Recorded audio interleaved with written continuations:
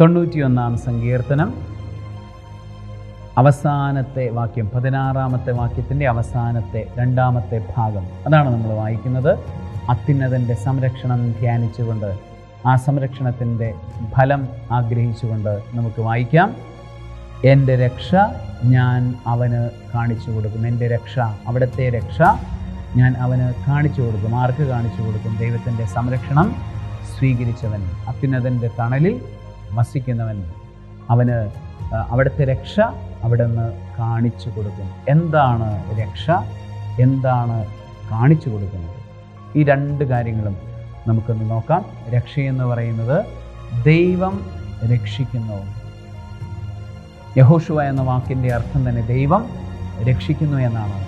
ഈശോയെ അറിയാനായിട്ട് സാധിക്കുന്നു, ഈശോയെ കാണാനായിട്ട് സാധിക്കുന്നു. ഈ ദൈവം എങ്ങനെയാണ് മനുഷ്യനെ രക്ഷിക്കുന്നത് എന്നുള്ള കൃപയറിയാൻ, ഓരോ വ്യക്തിയെയും ദൈവം എങ്ങനെയാണ് രക്ഷിക്കുന്നതെന്നുള്ള അഭിഷേകം അറിയാൻ, ഓരോ കുലത്തെയും ഓരോ കുടുംബത്തെയും ഓരോ ഇടവകയെയും ഓരോ സമൂഹത്തെയും ഓരോ കാലഘട്ടത്തെയും ദൈവം എങ്ങനെയാണ് രക്ഷിക്കുന്നത് എന്ന് കാണാനുള്ള അഭിഷേകമാണ് ഈ വാഗ്ദാനം.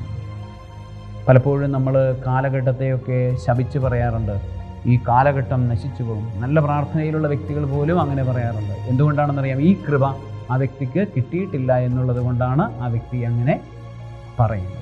ഈ കൃപ കിട്ടിയവനാണെങ്കിൽ അവൻ ഒരിക്കലും അങ്ങനെ പറയില്ല. അവന് തമ്പുരാൻ ശിക്ഷിക്കുന്നതിനെക്കുറിച്ചോ അല്ലെങ്കിൽ പിശാച് അടിക്കുന്നതിനെക്കുറിച്ചോ അല്ല അവൻ ചിന്തിക്കുന്നത്. അവൻ ഇതിലൂടെയൊക്കെ തമ്പുരാൻ എങ്ങനെയാണ് രക്ഷിക്കുന്നത് എന്ന് കാണാനുള്ള അഭിഷേകമാണ് അവന് ലഭിക്കുന്നത്.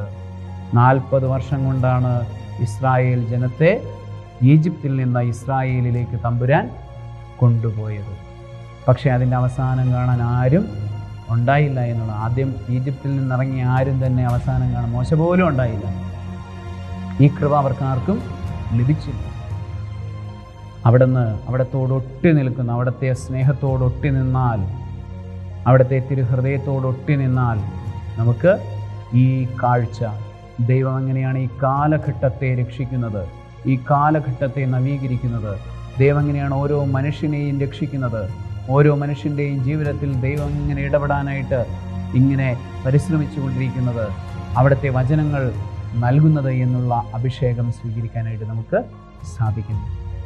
യഹോശുവ, യേശു എന്ന നാമത്തിൻ്റെ അർത്ഥം ദൈവം രക്ഷിക്കുന്നു എന്നാണ്. ഈ കൃപ ദൈവം എങ്ങനെയാണ് ഓരോ വ്യക്തിയെയും ഓരോ കാലഘട്ടത്തെയും രക്ഷിക്കുന്നു എന്ന് കൃത്യമായിട്ട് അറിഞ്ഞാൽ മാത്രമേ യേശുവിനെ അറിഞ്ഞു എന്ന് നമുക്ക് പറയാനായിട്ട് സാധിക്കും. ആകയാൽ സർവശക്തനായ ദൈവം, പിതാവും പുത്രനും പരിശുദ്ധാത്മാവും ഈശോയെ അറിയുവാൻ, അവിടുത്തെ രക്ഷയുടെ വഴികൾ അറിയുവാൻ സമൃദ്ധമായി നിങ്ങളെ അനുഗ്രഹിക്കുമാറാകട്ടെ. ആമേൻ.